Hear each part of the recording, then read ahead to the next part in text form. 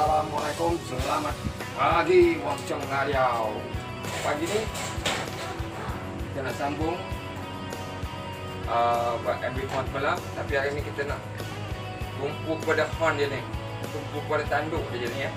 Tanduk ni kita nak buat, siapkan tanduk ni tu hari ni. Lepas siap tanduk baru kita buat tampak dia ni ataupun honey hole dia.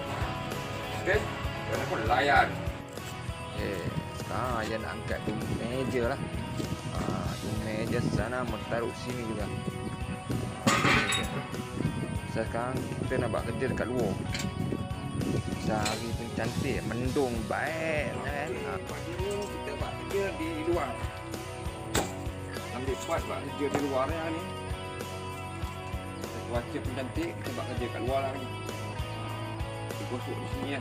Sebelum kita gosok macam biasa, ni mesti mau pakai. Ini pun mesti mau pakai ni.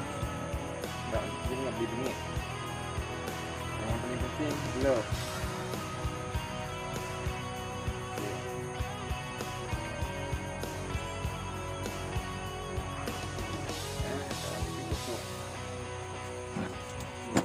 Ini belah bawah ni.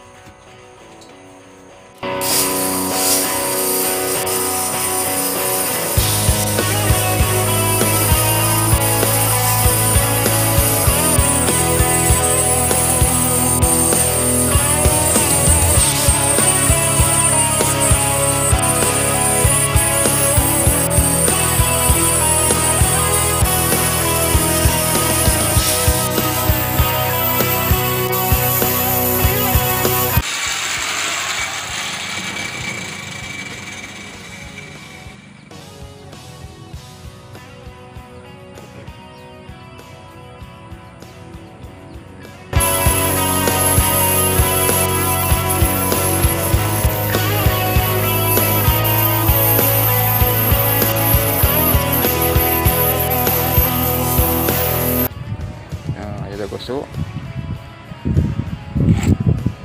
tapi nak bulat lagi lah, betul-betul bulat lah. Ini dia macam bujur sikit kan, kita nak gosok bagi bulat, betul-betul bulat lah. Depan ni tak cantik ni, depan ni saya ingat tak tutup dengan wedding balik bagi dia tu, baru kita gosok balik.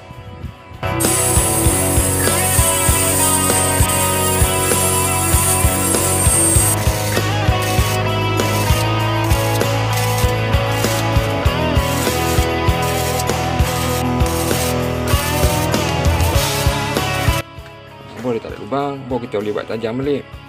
Okey, sikit lagi kita bagi tajam. Okey, rest. Dalam sudah memanggil. Okey.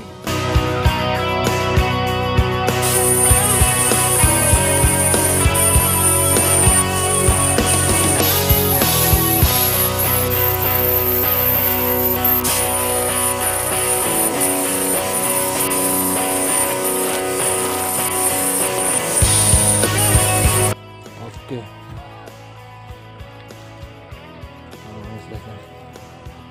Rasanya redup sikit. Situ panas.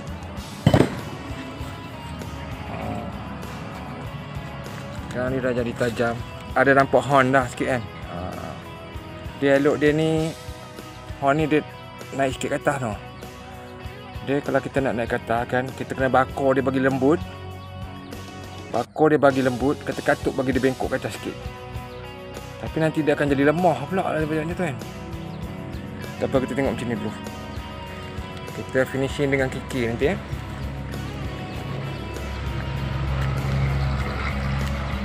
Okay, sekarang dia punya tanduk dah siap lah. Kita nak finishing aja sikit lagi. Okay.